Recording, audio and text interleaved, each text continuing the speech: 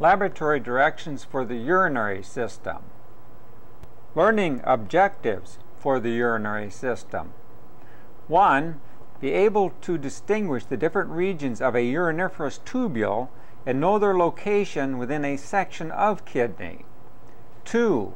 Be able to distinguish the different segments of individual nephron units and their subcomponents and relate these morphological features to the function of a given segment.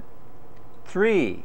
Be able to distinguish the collecting tubules or ducts and relate these to the overall function of the uriniferous tubule.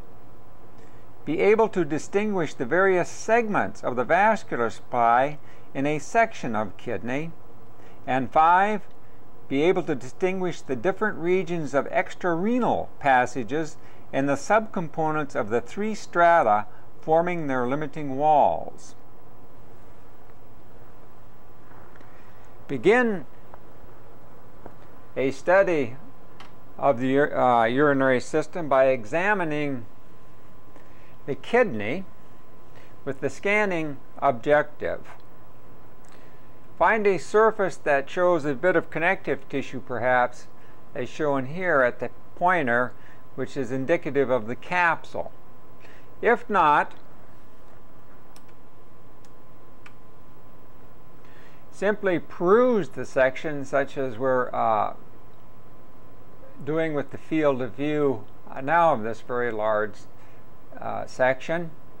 And even at the scanning objective, one can make out these rounded structures embedded within the tissue as indicated by the arrow.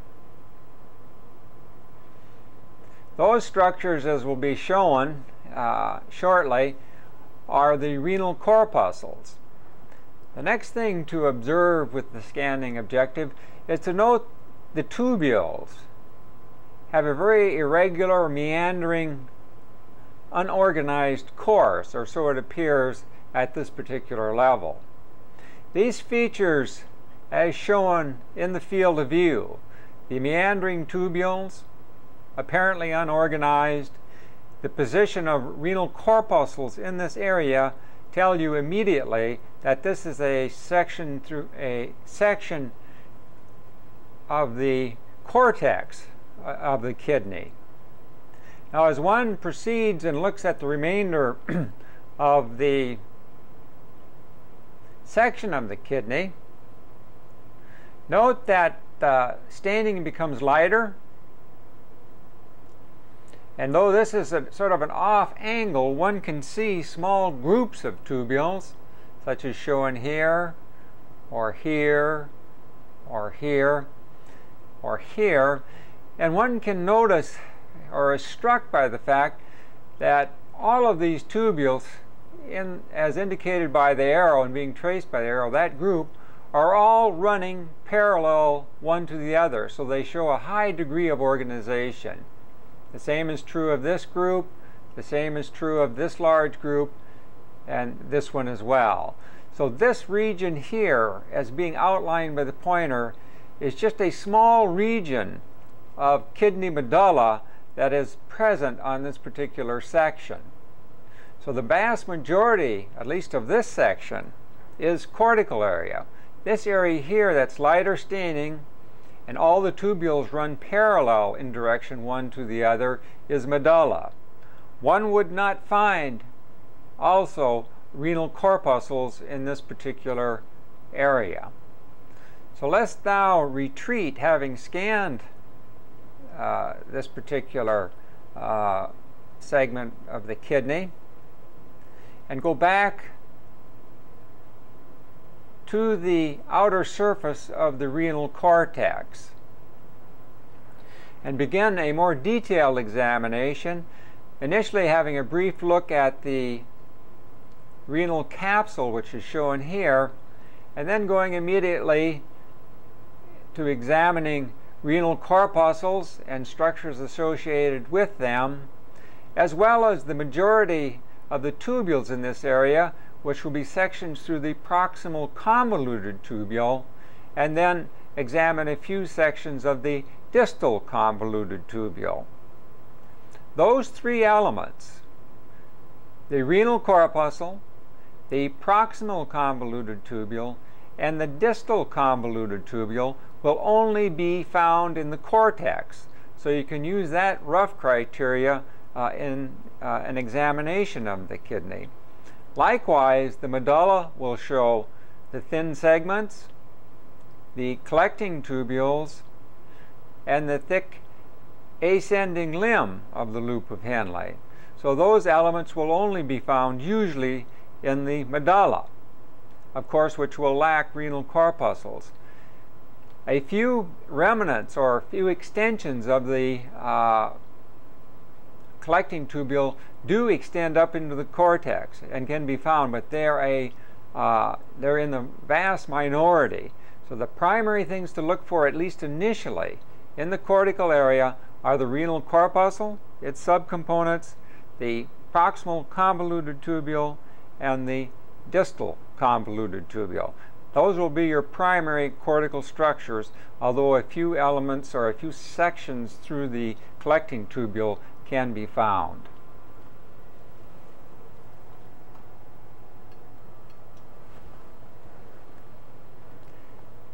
This little region of connective tissue shown here, which consists primarily of a thin mat of collagen fibers, though a few elastic fibers will be reside within it as well, is the capsule, the renal capsule of the kidney, and then the tubules of the kidney are shown immediately to the upper right and indicated by the arrow.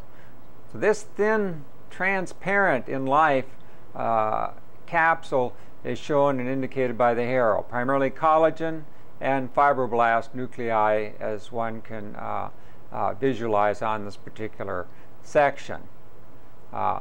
In life, it is transparent, it's very thin, but extraordinarily tough, and forms the capsule of the kidney.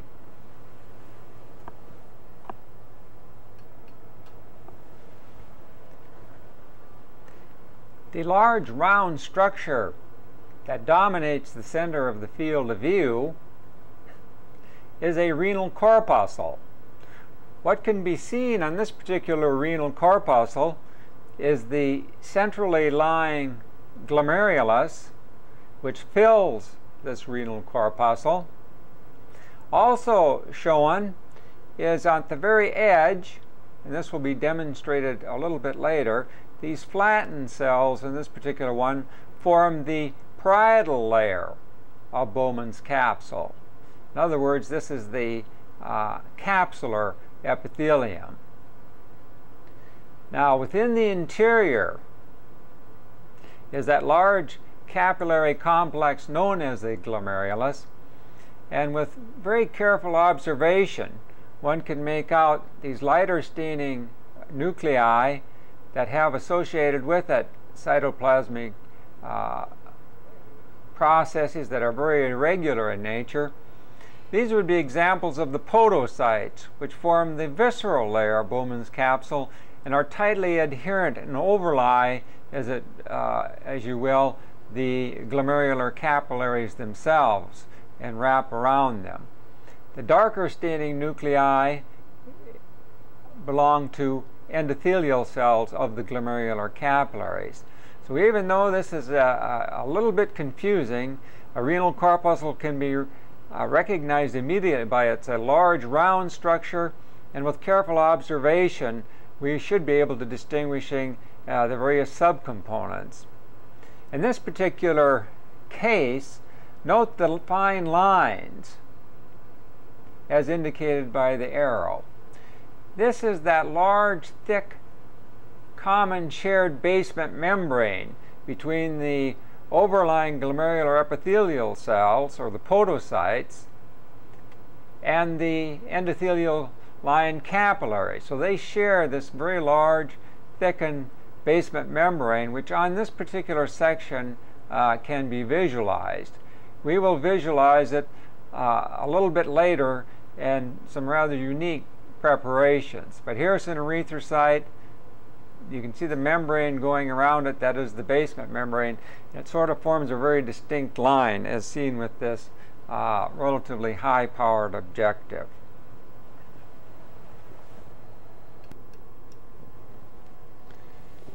This particular figure is a cast of the renal glomerulus, and this figure is actually courtesy and was taken by Professor Murakami of Okayama University in Okayama, Japan. What this particular figure shows is a cast.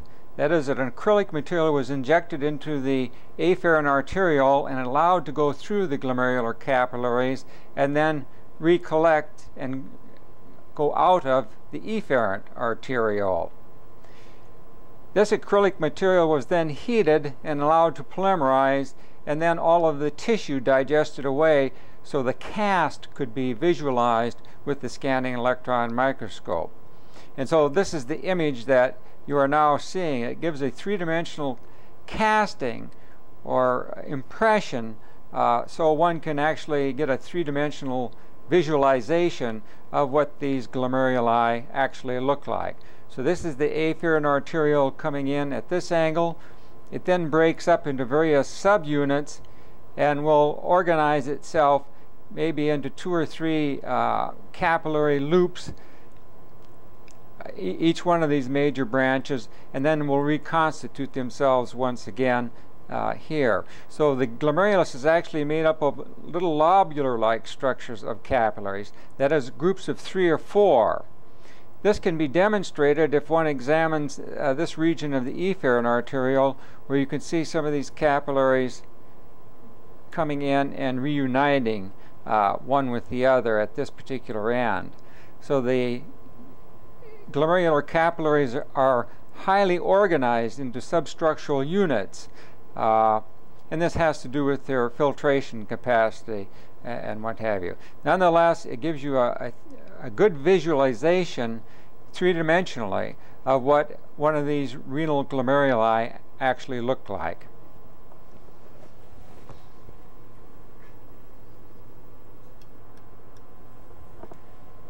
This particular illustration is a scanning electron micrograph taken of the interior surface of a glomerular endothelial cell.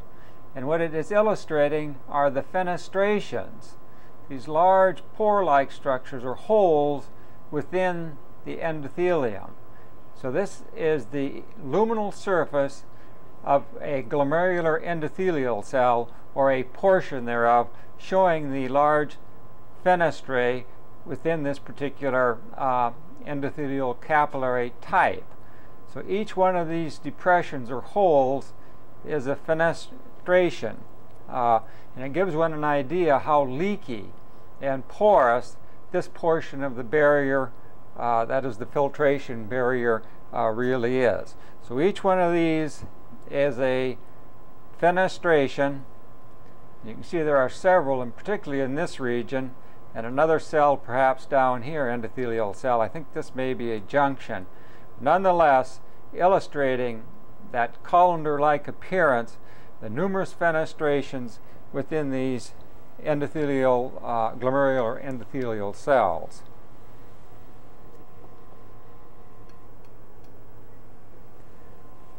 This is a scanning electron micrograph looking at the exterior surface of one of the glomerular capillaries to demonstrate the surrounding podocytes. This particular micrograph is courtesy of G.E. Tyson from Mississippi State University. What this particular illustration shows quite well are the cell body of a podocyte, as illustrated here. Another one is shown here, and it shows the primary processes coming off here, and illustrated here, and then from it numerous foot processes or pedicels surrounding and embracing the underlying glomerular capillary. This region here that loops over is the external, what would be the external surface of the capillary. So this little bend is an underlying capillary underneath this, and it's completely invested by the primary and secondary or pedicels, the foot processes of the surrounding podocytes. So another glomerular capillary is going here in this direction. Another one is coming through this direction. You can see these podocytes, these cells, completely invest their exterior surface. A very excellent illustration demonstrating this podocyte, which constitutes the visceral layer of the Bowman's capsule, or sometimes referred to as the glomerular epithelium. So this cell type, the podocyte, actually constitutes that particular layer, the visceral layer of Bowman's capsule. And it beautifully demonstrates that particular cell type, the podocyte.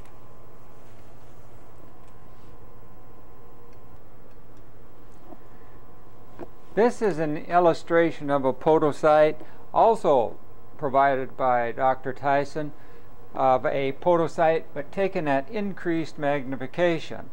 The cell body of the podocyte is shown at the arrow, and this large structure underneath the foot processes and pedicels is a glomerular capillary. So this particular illustration shows it quite well. So the capillary, underlying capillary, extends from where the arrow now indicates over to the perimeter on the right side of the illustration. So that's the capillary is underlying this podocyte. Here you can see the primary processes wrapping around and embracing it, and then the little pedicels or foot processes extending from it and interlocking with those from an adjacent cell. This process coming here is from a cell on the other side, perhaps, an adjacent cell that's investing this, and so these foot processes intertwine one with the other, with neighboring cells, and forming these little filtration slits as indicated by the arrow. So at this increased magnification, you can see the foot processes and the filtration slits that lie between them, which are of a very uniform diameter, and you can see more or less equally spaced along over the capillary, the external wall of the capillary itself. So this is a portion of a podocyte taken at increased magnification to illustrate the filtration slits, the spaces here, and the foot processes, the pedicels themselves.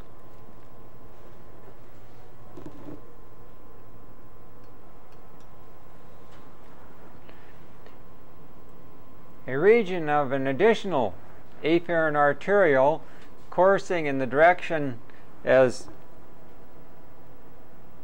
illustrated by the arrow. So the arrow now is going through the lumen of this particular vessel. So these are endothelial cell nuclei.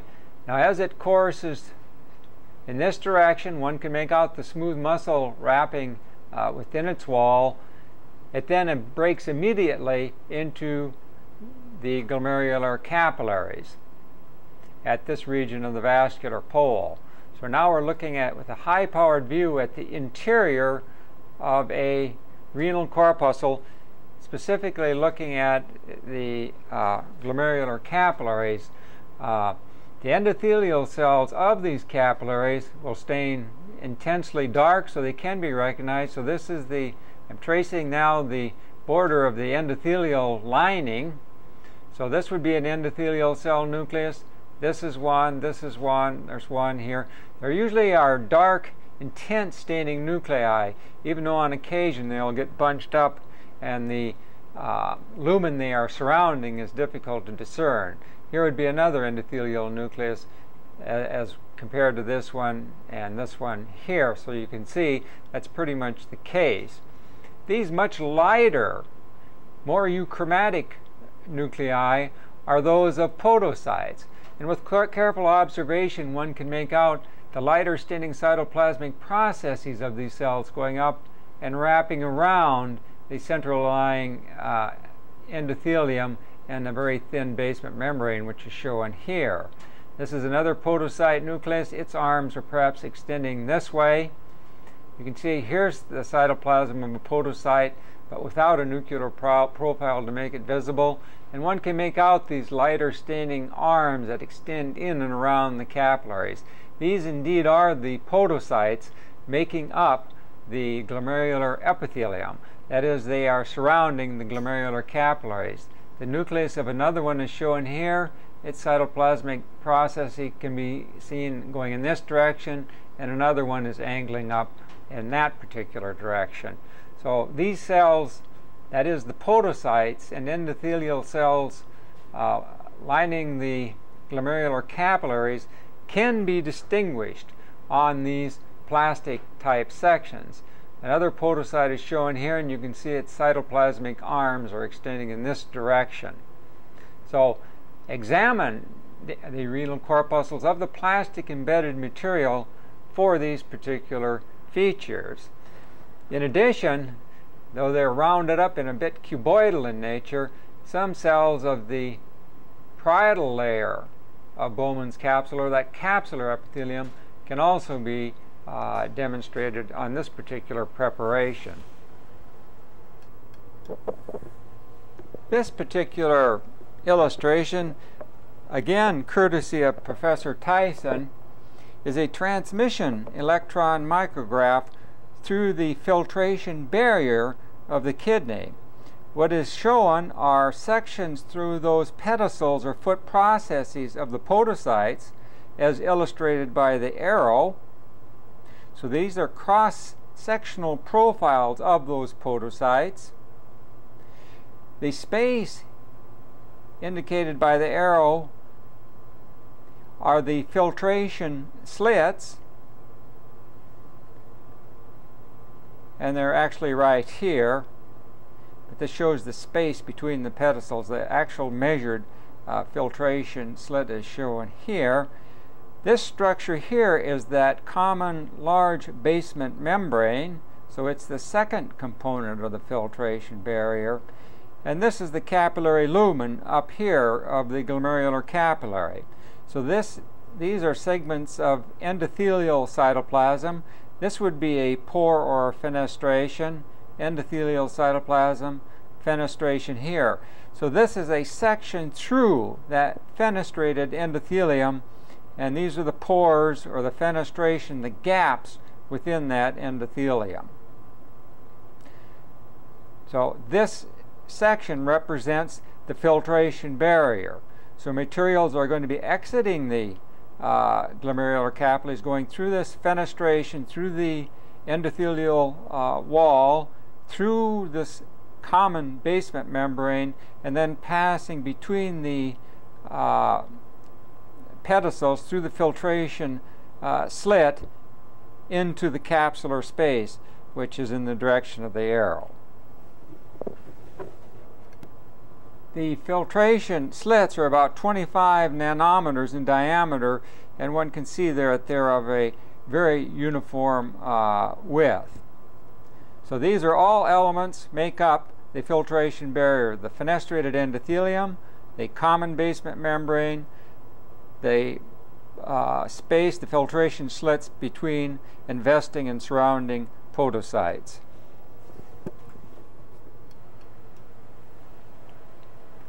Another field illustrating once again a renal corpuscle, as indicated by the arrow. And remember, the renal corpuscle consists of a Bowman's capsule, which contains two subcomponents: a parietal layer, so it's a surrounding limiting layer of cells, usually fairly flattened,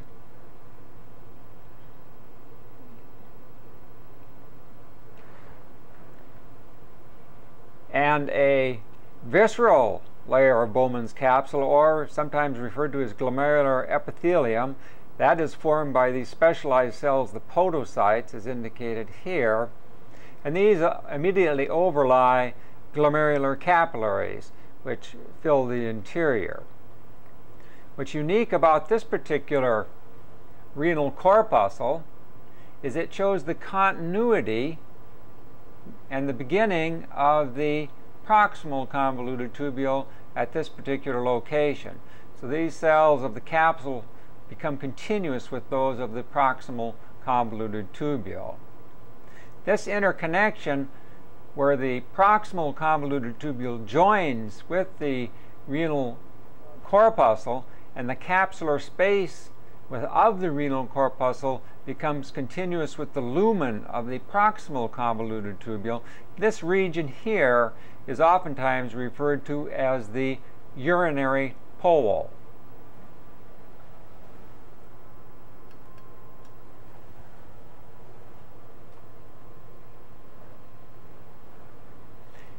This particular field shows another renal corpuscle.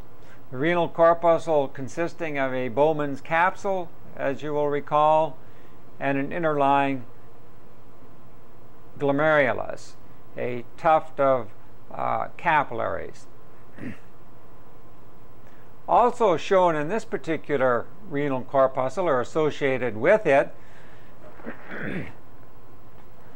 is its association with the afferent arteriole as indicated by the arrow. The dark elongated cells are the endothelial cell nuclei. This particular vessel contains erythrocytes, and if one traces it to its point of origin, which can be done on this particular section, we can see that it joins a much larger vessel at this particular location. The vessel that it is joining, and is shown here, a section through it, is the interlobular artery, which runs up in the direction of the cortex,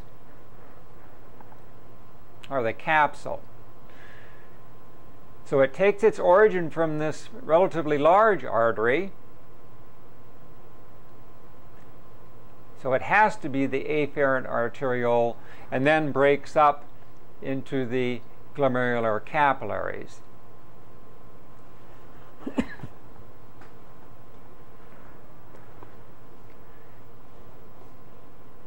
This region, and it will have an efferent arteriole, perhaps in this particular section, immediately underneath the plane of section as illustrated here.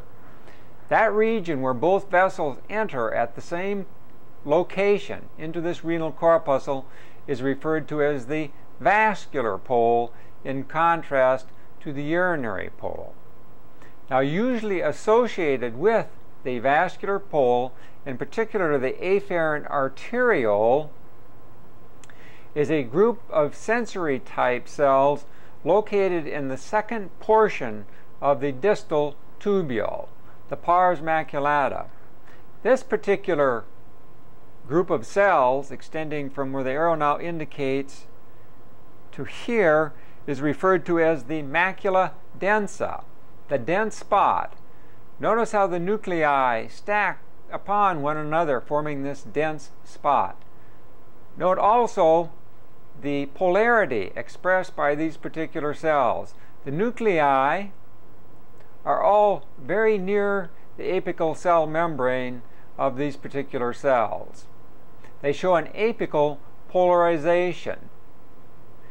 The cytoplasm, that is the majority of it, and its machinery, Golgi, rough ER, is confined to the basal cytoplasm of these particular cells, and the secretion will be in the direction, not into the lumen, it will be in the direction of the afferent arteriole, and to specialized, or to influence perhaps specialized cells within the wall of the afferent arteriole, the juxtaglomerular cells, and a couple are shown here.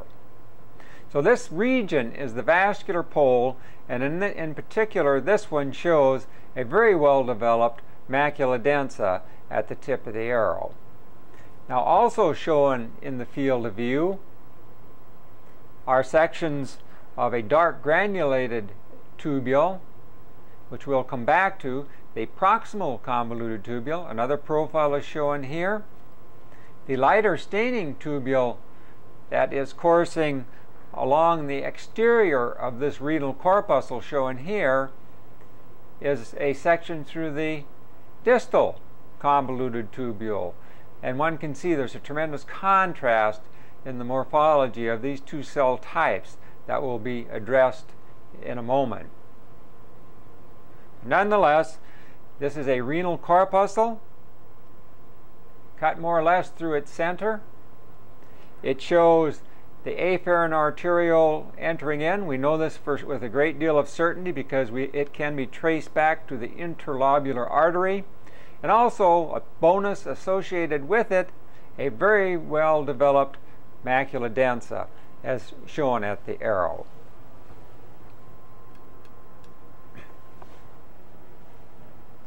Now, going to a special preparation, that is, this is human kidney that's been stained with PAM, P-A-M, to indicate periodic acid methylamine silver stain. This one will you become much more familiar with as later on. It shows the section through the center of a large renal corpuscle. The advantage of this particular one, though it does show a degree of autolysis, because it indeed is human material, is it shows at the tip of the arrow a continuity with the urinary pole. So this is the beginning of the proximal convoluted tubule. The renal glomerulus, that second part of the renal corpuscle, is shrunken away from the surrounding surface, so it's much more obvious and visible to the eye. And it also shows at this particular location here the vascular pole. So this is through a section through the heart of a renal corpuscle, more or less, showing both urinary and vascular pole.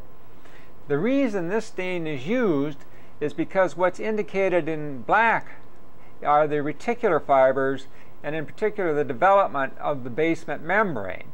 So one can see on this particular preparation the capsular epithelium is supported by a very large definite basement membrane type structure, and one can see the amount of black within the glomerulus indicating the basement membrane within this particular structure that we'll examine in greater detail momentarily.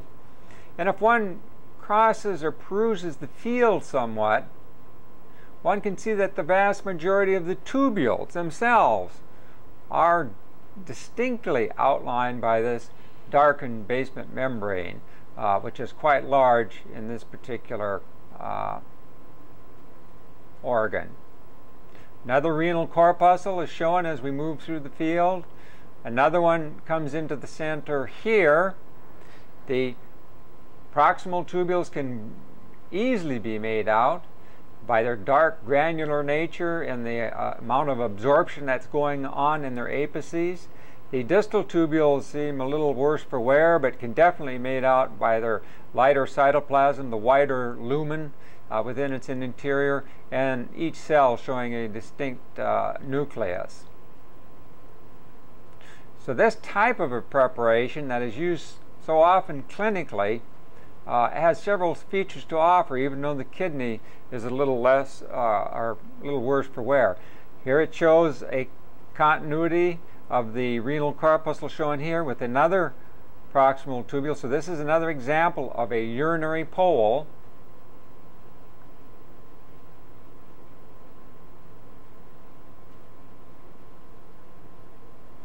Another renal corpuscle shown here, another coming into the field, and of course the surrounding tubules are primarily proximal and distal tubules.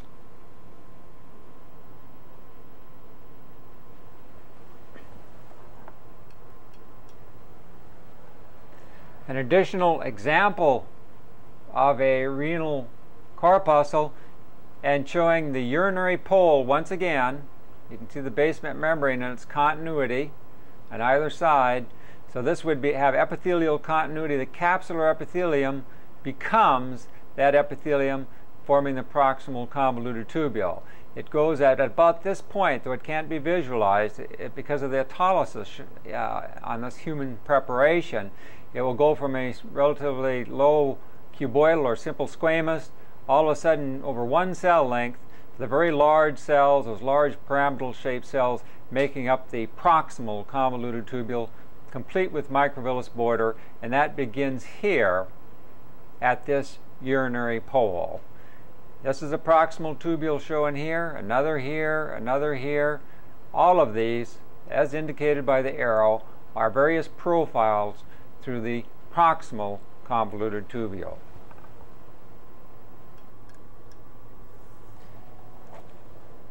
An additional feature that's very apparent on this particular type of preparation is the capsular space. It is this space that will be continuous with the proximal convoluted tubule, that is the luminal space.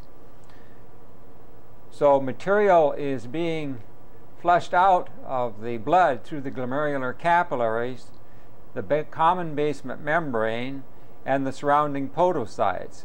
That is, it is moving through the filtration barrier made up of those three layers and will eventually enter this space, that's the capsular space. In this particular preparation, it's pulled away. Normally this glomerular unit will fill the entire renal corpuscle. Nonetheless, this is easily visualized on this preparation and indicated by the arrow. So this is the capsular space, and its lumen will become continuous with that of the proximal convoluted tubule, where the two meet at the urinary pole, which would be in this position approximately if it were shown in this particular on this particular renal corpuscle. However, the vascular pole is shown here at this particular end. So in this preparation, due to the shrinkage back, the capsular space is quite obvious in comparison to the plastic preparation that will be viewed later, where this space isn't nearly as obvious.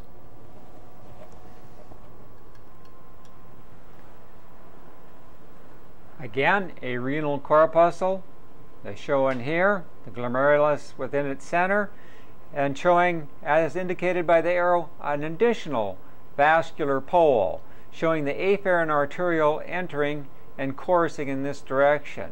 Once again, the afferent arteriole is confirmed without question because it can be traced back to its origin, to an interlobular artery. That's the lumen is shown here, you get an oblique section here, and then it courses off in this particular direction.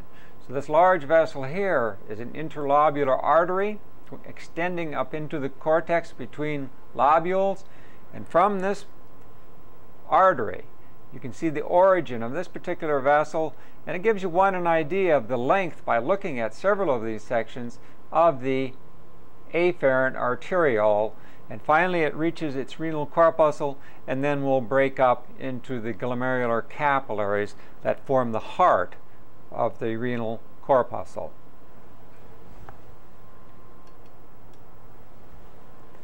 Again, a renal corpuscle showing primarily the centrally lying glomerulus as viewed with the PAM stain. This particular stain is very good at illustrating the thickness of the basement membrane, these dark structures here that surround the glomerular endothelium. This stain can be used so one can measure or determine the thickness of this particular basement membrane. The basement membrane surrounding the renal corpuscle is shown at the periphery. Most of the capsular epithelium, though there are some remnants of it shown here, is largely autolyzed. Nonetheless, is a valuable preparation to see several things. This particular tubule here is a proximal convoluted tubule. This stain is demonstrating the vast array of material being reabsorbed by the proximal convoluted tubular cells. Remember, about 80% of the glomerular filtrate is absorbed by these cells. Another proximal convoluted tubule showing here, and again is showing all of these apical vacuoles and granules literally streaming into the cytoplasm of these particular cells. The lighter staining cells in the top of the field of view coursing through, each of which shows a nuclear profile, are examples of the distal convoluted tubule. So the proximal convoluted tubules are characterized by very large cells. If one looks at a profile through some of these proximal tubules, such as this one can see that there are only 1, 2, 3, 4, maybe 5 cells of this large tubule that show a nuclear profile. This is because these cells are so large. A section through them doesn't go through the heart usually and hit the nucleus. One can see the same is true of this particular section of the proximal convoluted tubule as is this one coursing in this particular direction. So the features that characterize the proximal convoluted tubule are that they are very large, they are very granular, no matter what the stain. They'll usually have a stellate or a star-shaped lumen that is characterized by a microvillous border, the brush border, which is not shown here. And plus, the proximal convoluted tubule is by far the longest of the tubules in the cortex, and therefore one sees the greatest number of profiles through the proximal convoluted tubule. And here we're getting sort of lengthwise cuts, once again, through the proximal convoluted tubule. Once again, I'll repeat, no matter what staining procedure is being used to examine these sections, the proximal tubule will always be characterized by being somewhat darker, granular. Nuclear profiles will not be seen in each cell, and more often than not, in a good preparation, which this one is not because it is human material, one will see a star-shaped or a stellate-shaped lumen, and it will be serviced by a well-developed microvillous border, the so-called brush border of the kidney. But in this particular preparation of human material, they are still easily identified.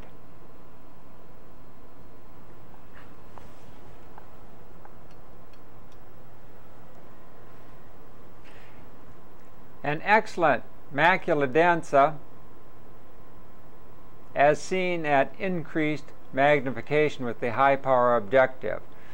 This thin line is the basement membrane that is outlining the basement membrane that surrounds the second portion of the distal tubule. So the macula densa, the cells thereof extend from where the tip of the arrow is now pointing, includes these nuclei, and extends down thus far. Once again, note the reverse polarity.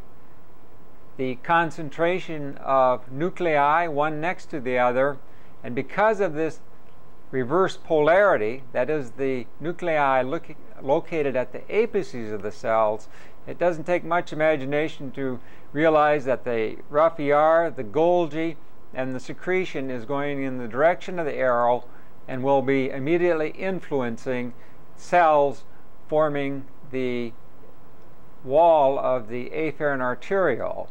That is, namely, the juxtaglomerular cells, which literally replace those cells making up the smooth muscle wall in the media. So the JG cells replace the smooth muscle wall and are found in the media of the afferent arteriole. An example of one shown here, another here, though the granules are not very prominent, and some are shown here as well. Find some JG granules that are more convincing than the ones illustrated by the arrow.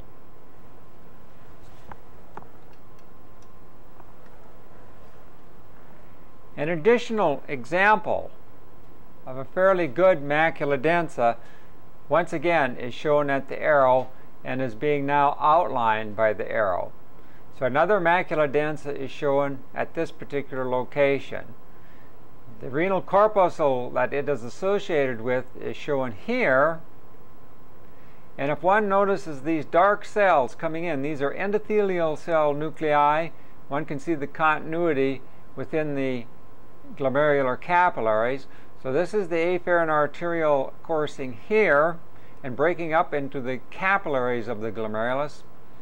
And on this particular side in particular, one can see a cell within the wall of the afferent arteriole that has these dense staining JG granules. So this is the cytoplasm, a juxtaglomerular cell at this particular location, and these granules are a little bit more prominent than the first example that was looked at. An additional example near the vascular pole, the renal corpuscle is shown here, as indicated by the pointer. And what this particular section shows is a vessel coursing in, which is now crossed by the pointer. It then loops up, and then we get a cross-sectional view through it as it then courses this way and will eventually break up into the glomerular capillaries over on this particular area indicated by the pointer. If one looks carefully at this small cross-sectional view, which is afferent arteriole, these nuclei are the endothelial cell nuclei, which always stain much more intensely and darkly. One can see this if one looks over now at the renal corpuscle. These are all endothelial cell nuclei, the dark ones. And if one looks within the vessel wall, and I'm just outlining the vessel wall, and then it becomes oblique of this particular, or the surrounding area of this particular arteriole, one can make out numerous distinct granulated cells. So these are the juxtaglomerular cells with their contained granules. One is shown here. There's a nip through one here. Another one is shown here.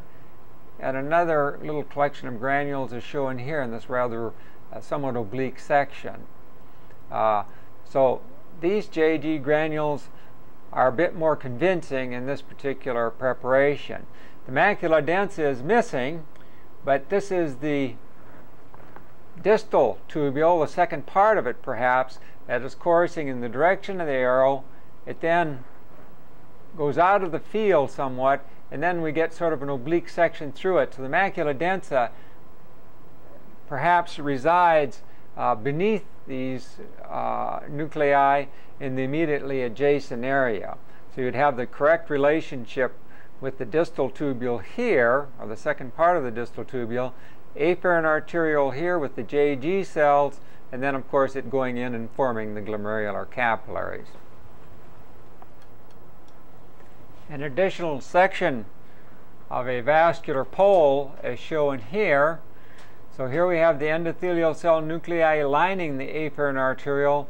It then opens up and expands to form the glomerular capillaries in this particular region. What can be seen, and the reason for demonstrating it once again, is a good solid juxtaglomerular cell with its contained granules, the renin granules, as indicated at the tip of the arrow. A portion of the distal tubule is shown in this particular area, a lighter staining area, and this darker, more granulated cell, of course, is a section through the proximal convoluted tubule, as is this one, as indicated by the arrow. An additional example of a portion through the macula densa is shown and indicated by the arrow, illustrating once again the verbose polarity with the nuclei at the top and the intense crowding of the nuclear profiles one next to the other. So this is an oblique section through a fairly well-developed macula densa.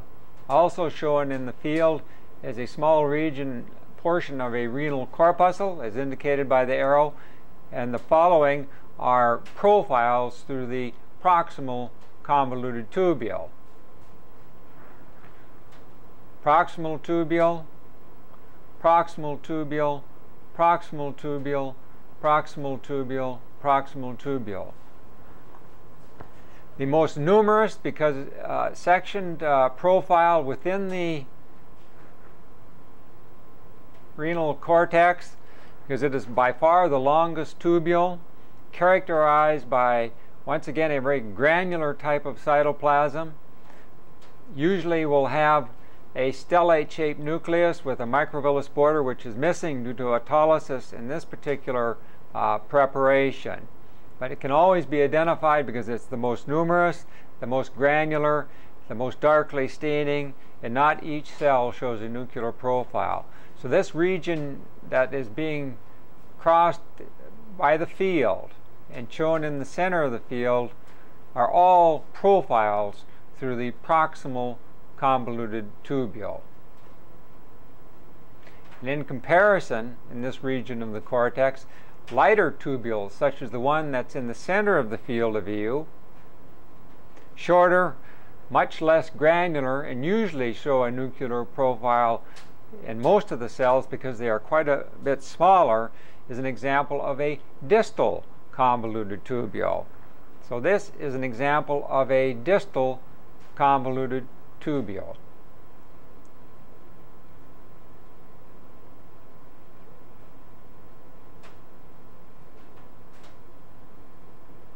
Another example of the distal tubule is shown here, obviously the second part, because it contains a portion of the macula densa.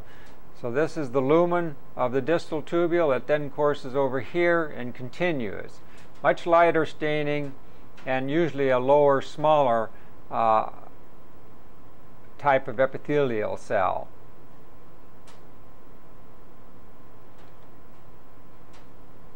Another example of the distal convoluted tubule.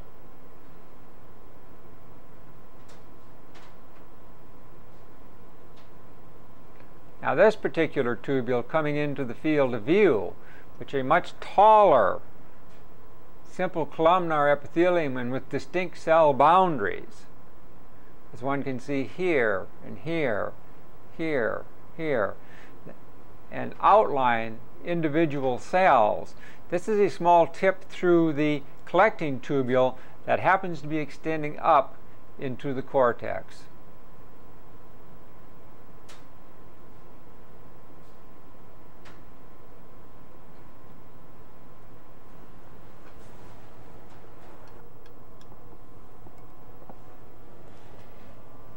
This is a freeze fracture preparation, again courtesy of Professor Tyson of Mississippi State, but through the proximal convoluted tubule. This preparation simply represents a fracture through the proximal tubule, and then the surface is scanned. What it illustrates quite beautifully are the following features.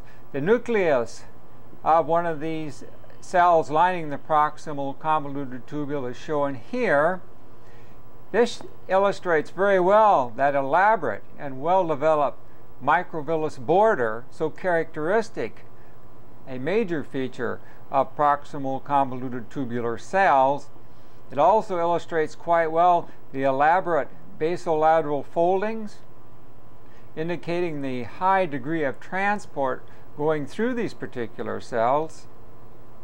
It shows the basement membrane which these particular cells are sitting upon. And so this would be at the bottom of the arrow, and just visible within this figure is the an adjacent capillary on which these cells are sitting.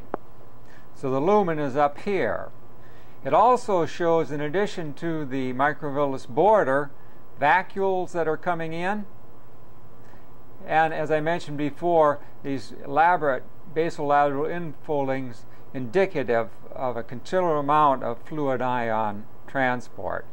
So this is a freeze fracture preparation through two adjacent cells constituting the proximal convoluted tubule.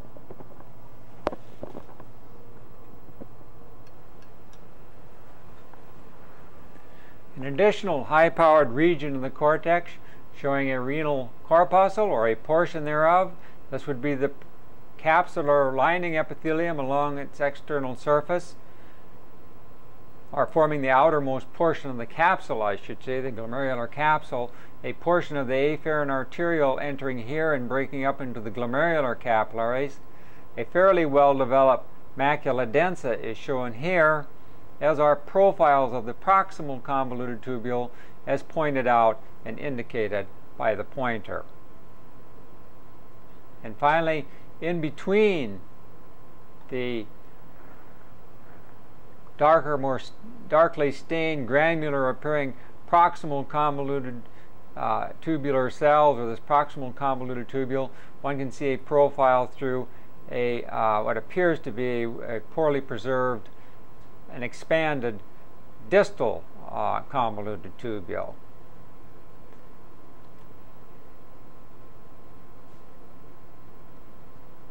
Characterized, that is the proximal tubule, by their numerous profiles and their very granular type of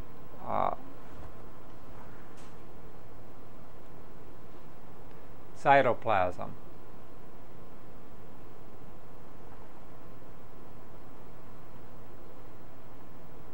And again, another section through a distal convoluted tubule.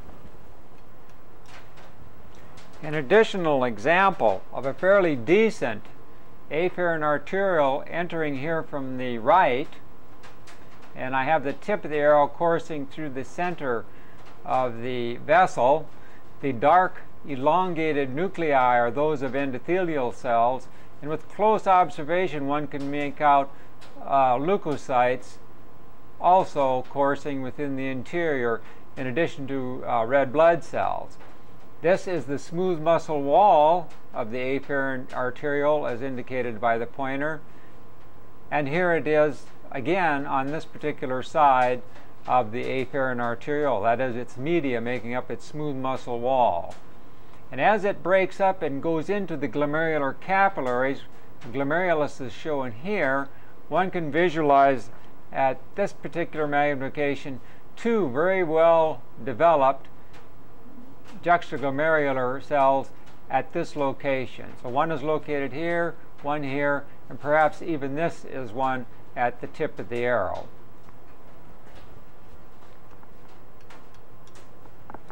That same afferent arteriole, as seen at extraordinarily high magnification, actually shows 3 or 4 juxtaglomerular cells that contain granules. The lumen of the vessel is shown here and lined by an endothelium. The smooth muscle wall on this side showing you cross sections of the wraps of individual smooth muscle cells. And on this particular side, note this elongated cell with its granules. So this is a juxtaglomerular cell. This is one here with its accumulation of granules. This is one here, as indicated by the arrow, with its granules. And then there's one located here. This is its nuclei with its granules before the vessel courses this way and opens up into the glomerular, or becomes the glomerular capillaries. So this is a fairly decent example of the appearance of juxtaglomerular cells. It's unfortunate the macula densa is missing. It's out of the field, probably over in this region somewhere, or we would have almost a perfect situation. This tubule here, again, is a proximal convoluted tubule. This particular preparation of human kidney was stained with a stain known as the Bowie stain, and what it stains specifically for are the juxtaglomerular cell granules. This is the region of the vascular pole, as shown here, with the afferent arteriole coming in this direction. These purple staining granules are the juxtaglomerular cell granules. The nucleus of this particular cell is shown here. There's another nuclear profile here, one here, one here. This whole group of cells, one can see, are picking up this dark blue stain, indicating that the presence of these juxtaglomerular cells and their contained renin granules. So the renal corpuscle is shown here in this particular field. One can make out the nuclei of the parietal cell layer of Bowman's capsule quite well, pressed against the exterior there. This happens to be a double renal corpuscle where another renal corpuscle is immediately adjacent to it, and one can see these field of juxtaglomerular cells scattered between the two and at this other vascular pole. So all of these cells are juxtaglomerular cells with their contained renin granules in this particular preparation. We just happened to get an afferent vessel that came in and very close to one another formed a very short branch, a branch going to supply this renal corpuscle, another branch coming to supply this one. The main vessel would have been here, that is the afferent arteriole.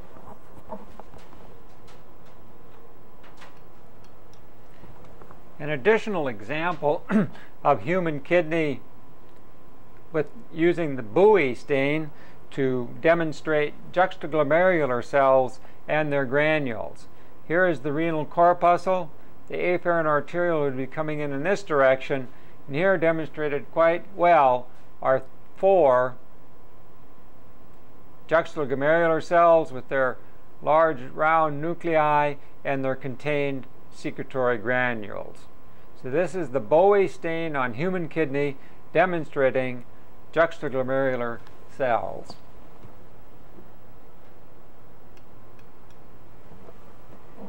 An intermediate power view showing several large vessels that lie and are running sort of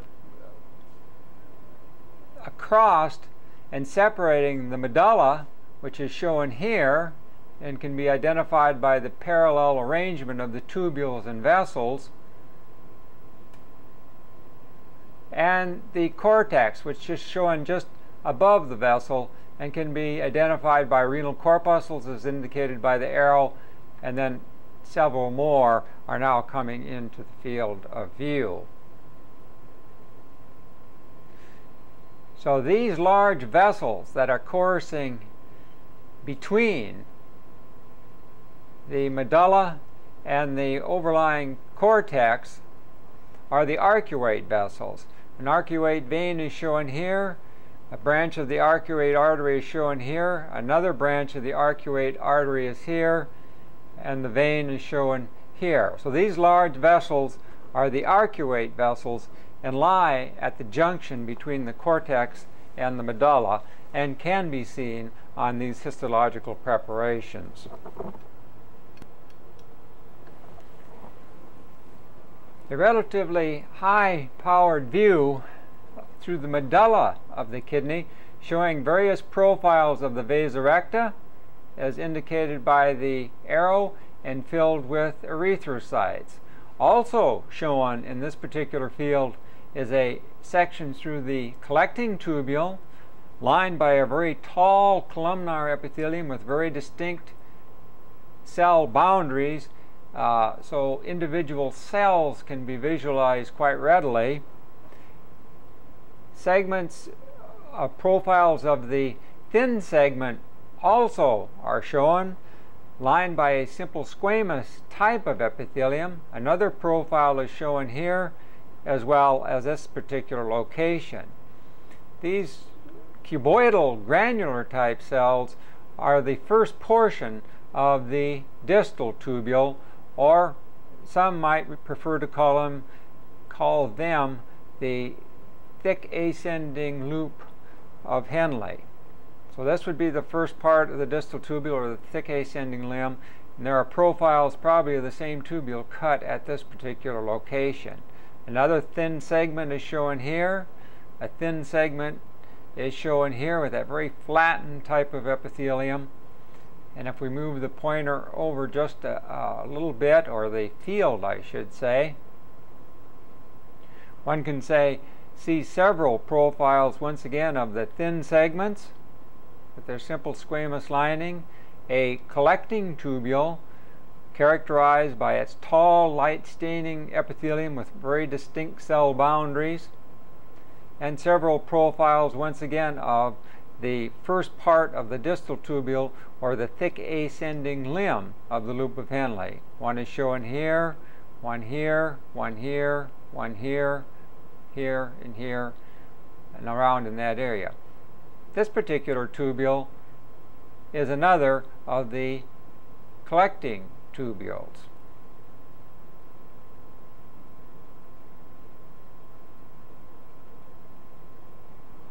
Another excellent example of a collecting tubule is shown here, as well as profiles through the thin segments and the first part of the distal tubule, or the thick ascending limb of the loop of Henle.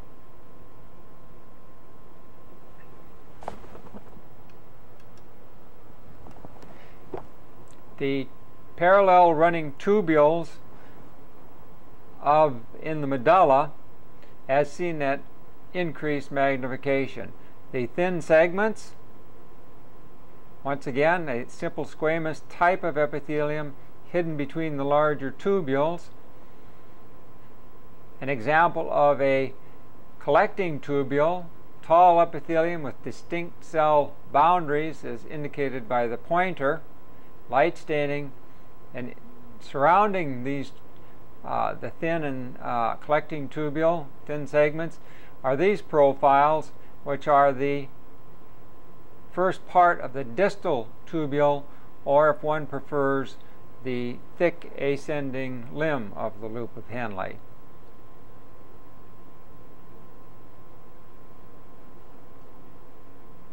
And again, perhaps another profile showing a collecting tubule, thin segment, and surrounding thick ascending limbs, or the first portion of the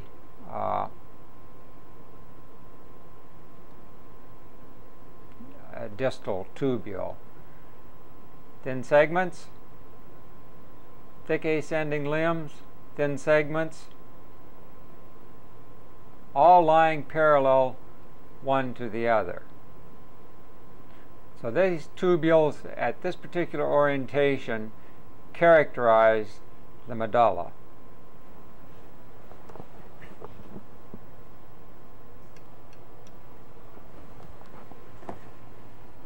This is a section through the ureter as seen at intermediate magnification.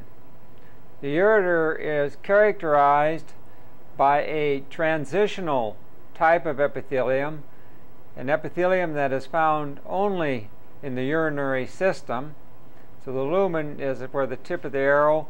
Typical transitional epithelium is indicated by the arrow. A fairly thick lamina propria making up this mucous membrane. And if one, that is the mucosa. Now if one looks at the muscularis externa, which is shown here, note that it shows the reverse of the gastrointestinal tract. It has an inner lying longitudinally orientated layer that spirals about the lumen, and an outer circular layer that spirals about the lumen of this particular thin wall tube. So it has a mucous membrane, a muscularis, and a surrounding and tying down connective tissue layer that contains vessels and nerves and what have you, the adventitia, that serves to anchor this particular tube to adjacent structures. So this is the ureter as seen at intermediate magnification. It is usually characterized by a stellate, or more or less a star-shaped type of lumen. We have a bit of epithelial debris in the center. One could, other than that, one could visualize that particular feature. And we know it's proximal, in the proximal third or 1/2, because it shows only 2 layers of muscle within its wall that are relatively thin and show the proper orientation, an interlongitudinal and an outer circular. So one can assume in this thin wall tube that this particular section was taken at a fairly close to the kidney. So this is proximal ureter seen at intermediate with the intermediate objective.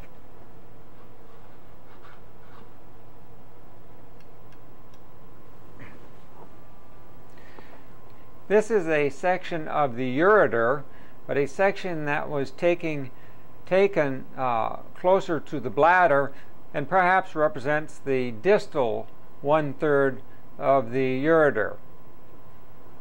One can see more or less a stellate-shaped lumen that once again is lined by a transitional type of epithelium and supported by perhaps a little denser lamina propria to make up the mucosa of this particular tube. As one courses through now the muscularis externa, or the muscularis, one should be able to find, though it's cut at a bit of a difficult angle, as one can see from the lumen, one should begin to make out 3 different layers within the muscle wall. An interlongitudinal, more or less a middle circular, and an outer longitudinal layer of muscle forming the muscularis, and then of course the adventitia, that connective tissue that ties this particular tube to adjacent structures. So those 3 elements form the wall of the ureter, as well as the other extrarenal passageways, that is, a mucosa, a muscularis, and an adventitia.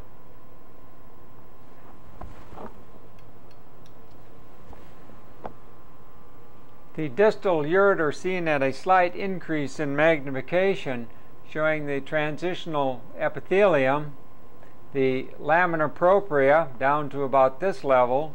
So this is the lamina propria here, and those 2 elements, the epithelium, transitional epithelium, plus the lamina propria, form the mucosa. What I'm trying to demonstrate here is the muscle wall. Remember, these are spiraling around the lumen. In this particular region, they are more or less cut in cross section. So this would be the interlongitudinal layer. A few stripes or bundles of muscles that are cut along their long axis. So this is the inner circular layer at this point. And then finally, from here to here, one can see smooth muscle cells cut in cross section or slightly obliquely. So this would be the outer longitudinal layer. So inner longitudinal, a middle circular, outer longitudinal here, and then finally the connective tissue of the surrounding adventitia.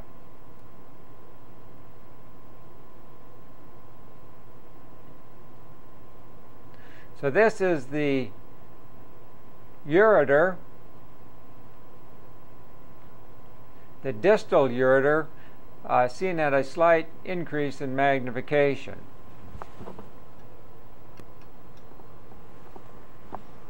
And finally, a high-powered view of typical transitional epithelium to illustrate its appearance. The scalloped interior with these large balloon-type cells on the surface. Again, it is a very heavily or very thick stratified appearing type of epithelium, but it's characterized by these large balloon scallop type cells, as you can see, that lie on its surface. Some cells are binucleate, as indicated by the pointer. All these features tell you that this is transitional epithelium, a very characteristic type of epithelium that is found only in the urinary system. Transitional epithelium seen at high magnification.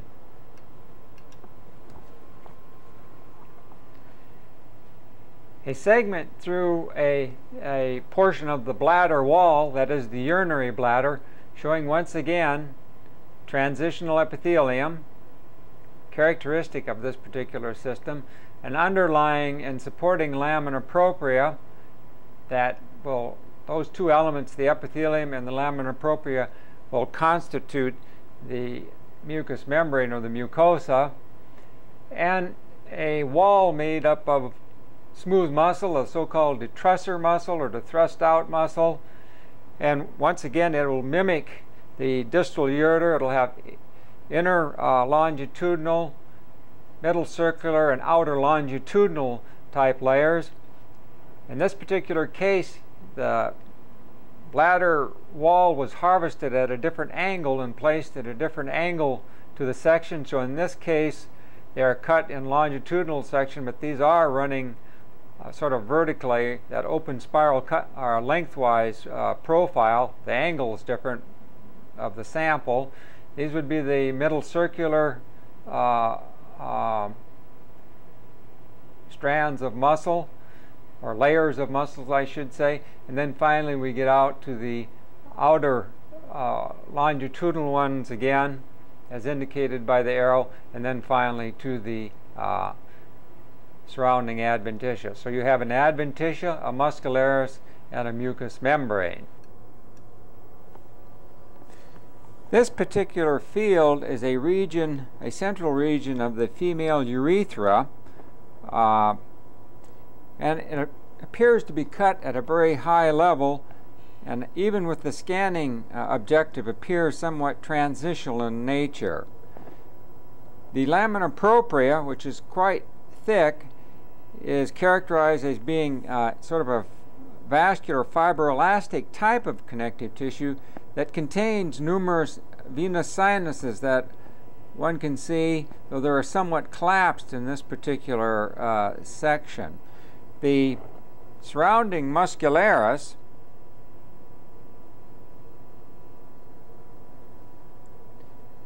consists of inner longitudinal layers of smooth muscle, as shown along here, in an outer circular layer. The lumen itself sort of has a butterfly appearance, and in this particular preparation, a lymphatic nodule is also observed. Now, this tube in the female is fairly short, 3 to 5 centimeters in length.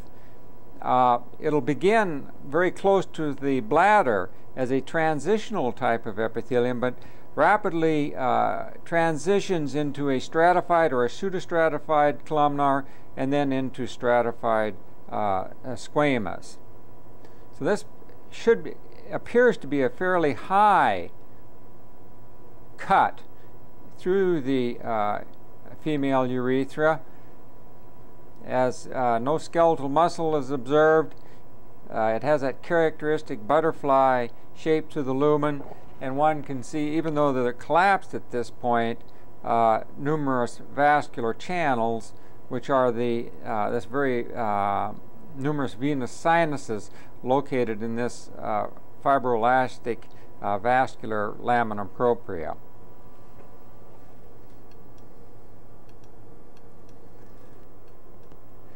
Simply the lining epithelium of the female urethra, the previous section that was examined, and showing the transitional nature of the lining epithelium of this particular tube. Very much a transitional appearing type of epithelium. We're now coursing through the lamina propria. One can see that it has numerous venous sinuses in it. It's a very vascular type of connective tissue.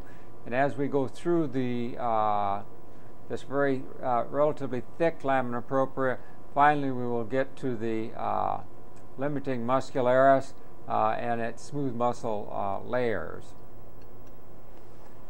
This slide represents an additional region through the female urethra, once again exhibiting, though its shape slightly different, the so-called butterfly appearance.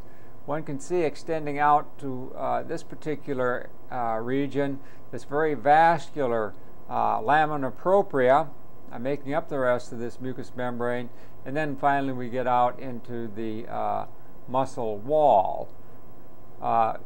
This appears to be cut quite a bit more distally towards the terminal end of the female urethra, as bundles of smooth or skeletal muscle are now appearing, probably remnants of the or portions of the urogenital diaphragm, skeletal muscle coming in from that region, as you can see here at this particular point, and even a Pacinian corpuscle, actually a couple of them making their appearance in this particular section. So in this case, as it's lower down, the lining epithelium should be going from a stratified columnar, perhaps, almost to a stratified squamous. So this points of transition, going from transitional epithelium to a stratified columnar to stratified squamous, happens very quickly in this short tube of the female urethra.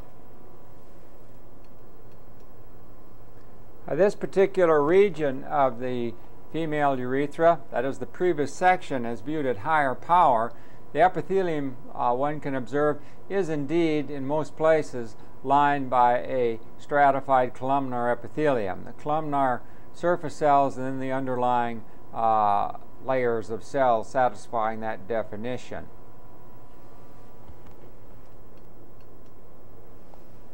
Now, as one courses throughout the lamina propria, note again the venous sinuses in this very vascularized, thick lamina propria layer surrounding the epithelium. And then one, of course, is at higher power, immediately goes into the smooth muscle wall of the externa. You can see the smooth muscle here is cut in cross-section, as it was in the previous preparation. And then we get into the outer circular layer of smooth muscle as well.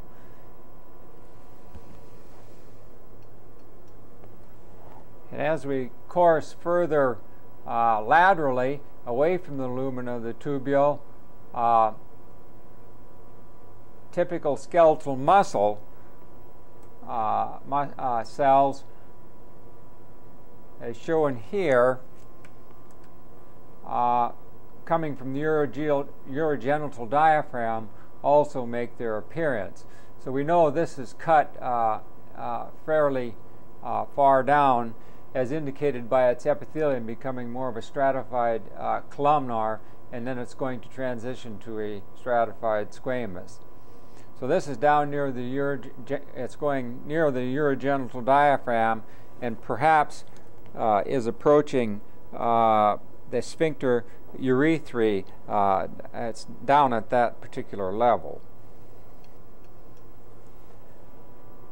This field represents a section through the penile urethra, readily recognized because this is a fairly large tube lined by here a transitioning stratified squamous epithelium becoming a stratified sort of columnar in this particular area.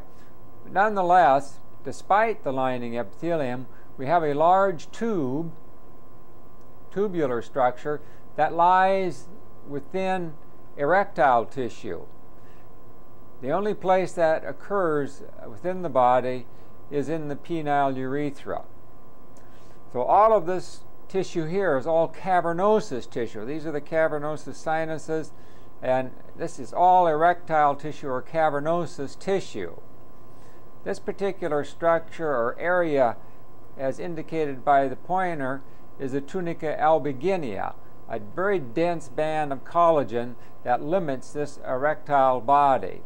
So as we course around the edge of this body, there's only one of them, so this has to be the corpus spongiosum or the corpus cavernosum urethrae, because it has the urethra within it. And here we see it coming into the field of view. So this is probably mid-shaft region, fairly far down because of the stratified squamous. And if we went down and looked at this, we would see it's probably stratified columnar. That's why I believe it to be sort of mid-shaft region. The other two bodies making up the penis, the other two corpora cavernosa, have been dissected free. So we're only looking at the corpus spongiosum or the corpus cavernosum urethrae, whichever term one prefers. So it's a long tube. The distal part is lined by a stratified squamous, but sort of mid-shaft region, areas of stratified columnar will also be present. Now there are three parts to the male urethra. The distal part, the penile urethra, then there's the membranous urethra that passes through the urogenital diaphragm. This will be lined usually by a stratified columnar type of epithelium. And finally, in that portion that passes through the prostate, that will be lined by transitional type of epithelium because of its close approximation to the urinary bladder. So we go once again from if we go proximal to distal, in the prostatic urethra, a transitional lining to this particular tube. As it goes through the UG diaphragm, that's referred to the membranous portion of the urethra. That will be stratified columnar. Then the proximal portion of the penile urethra again will be a stratified columnar, but as it goes distally, it will be replaced and transition into a stratified squamous type of epithelium as shown here.